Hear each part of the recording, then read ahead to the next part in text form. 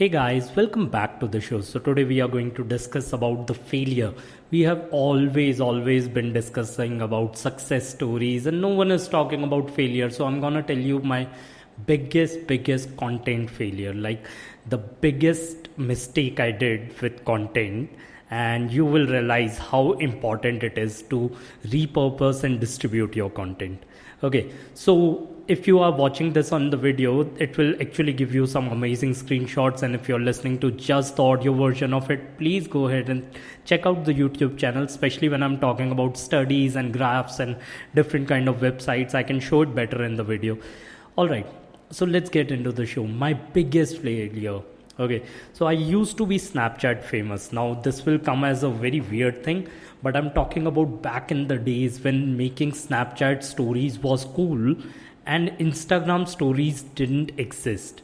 I'm just talking about Snapchat stories. Those were the vertical days, and that was the only platform which was allowing you to do vertical stories. TikTok didn't exist either. So I used to be like famous on Snapchat, and when I say famous, first understand this point that I forgot the website, but when you have 1K views on Snapchat, okay, the amount of influence you have is equals to 10K followers on Instagram. Okay, 1K views on Snapchat have in like almost until date, it's the truth. Okay, till date the same study continues. 1K followers on Snapchat is equals to 10K followers on Instagram, and I used to get like 70 to 80K followers on Snapchat, not followers, like 70 to 80K views on Snapchat. And I used to be really famous, like famous enough that I got covered in Huffington Post and Buzzfeed as the funniest Snapchatter from India. Okay, not only that, other people who were covered, like especially if you're in India, I was like covered with Tanmay Bhatt, Rohan Joshi, Vijay Jose, and all those famous names of Snapchats. I got covered with them in article, and everything was going good, and everyone was telling me that either I should monetize my strength, like I should start my own website, take these people on different websites, because every time, as soon as Snapchat launched this swipe up option where people can go on the website, I used to like put any link of my interview I have been covered in. I used to get like 10,000 people visiting that website right that moment. Like in 24 hours, 10,000 people used to visit that website. It never happened with Instagrammers. I have seen people who get a lot of story views, and even when they post something with a swipe up link, I never see that happening. Some of my clients gets a lot of views on Instagram. Still, no one goes to the website part. Okay, but I used to have that kind of influence. Even at a point, I came on a magazine cover for being famous on Snapchat, and for being consistent for more than 3 years. Every day I used to post some kind of funny video on Snapchat, and I used to be young, and we used to like create different things. In fact, when Snapchat verification, yes, Snapchat also had verification, but when Snapchat verification came, I was one of the first ones in India who got verified on Snapchat, and my stories start coming in the promotion feed, and like there was a whole different feed where all the famous vloggers and all their story used to come. So my stories used to come in that, and I was doing completely fine. The biggest mistake I did, I was so sure that Snapchat will make it huge everywhere in the world. I used to have a lot of views and lot of followers. Even there were like brands, there was this one company which used to take me to travel around India, and I used to cover them on Snapchat, their trips.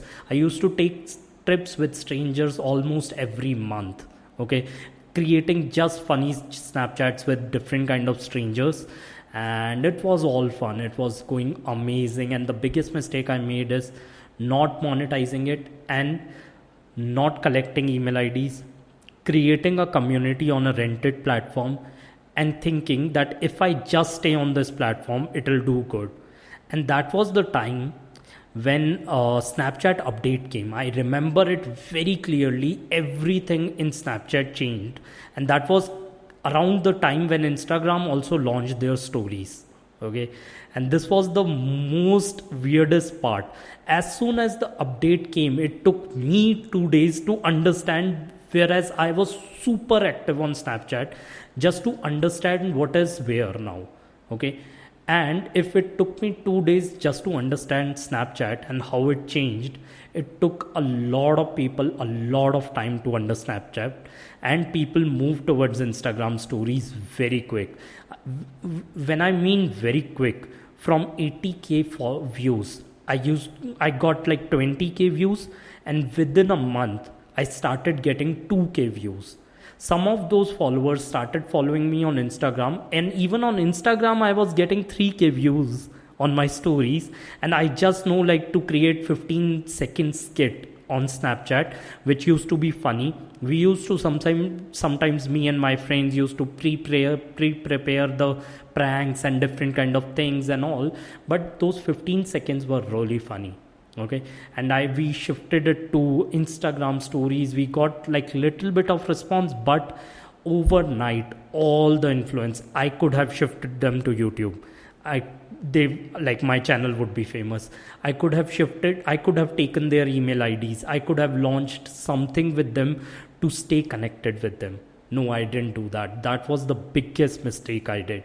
So I used to have like this term called loner with a phone, and every other day I used to get invited to different kind of podcasts, different kind of interviews and all, just to put different perspective. Like, people used to ask me how I made such a huge audience on Snapchat, and people wanted to learn those things and all.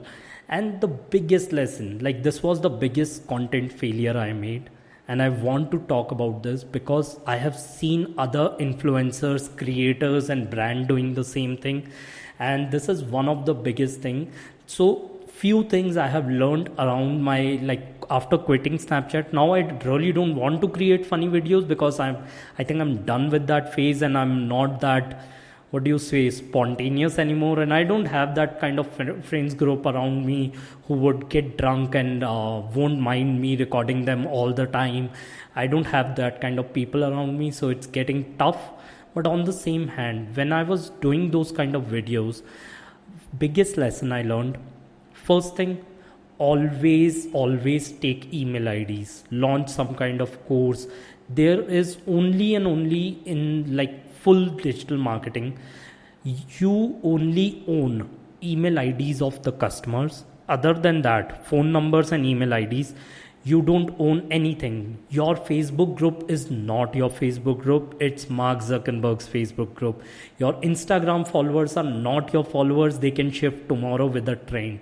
Anything or everything, no matter how many Facebook page likes you had in 2012, it doesn't matter anymore. Okay, because your organic reach is zero. Whether you have a lot of LinkedIn followers, anywhere you have a lot of followers, YouTube subscribers, you can lose them overnight or slowly as organic reach goes down. Okay, the only thing you own is the email IDs and telephone numbers of your customer, and that's why it's very important to connect with all your customers through email. Okay, and that was the biggest lesson I learned during my Snapchat failure.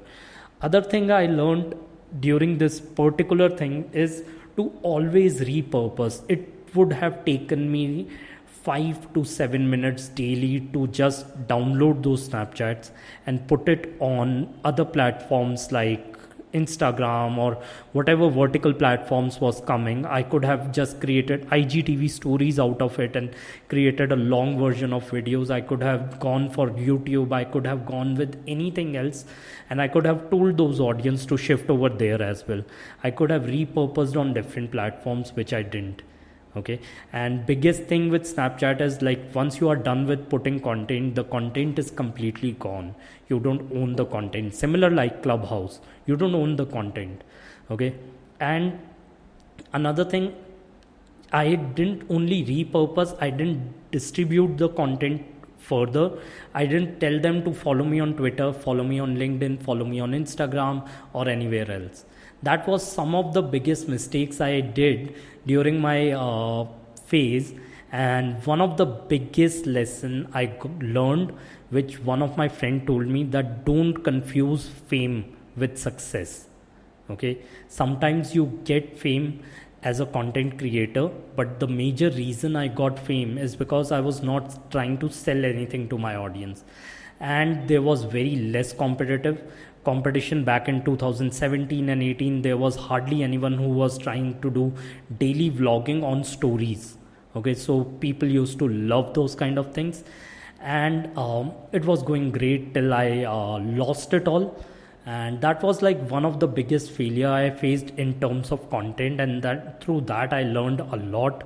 Okay, and the biggest lesson is always monetize your audience on different platform. It hardly takes any effort, especially like if this is a video, I'm gonna cut it into audio and put it on podcast. Otherwise I'll create 1 minute 2-3 videos and put it on Instagram, LinkedIn, Twitter, or wherever I want. I can come up with tweets or status with the storyline of Snapchat and put it on Quora, Reddit, and different places. But that was the lesson over there, and I learned it hard way. I hope you guys learned it easy way.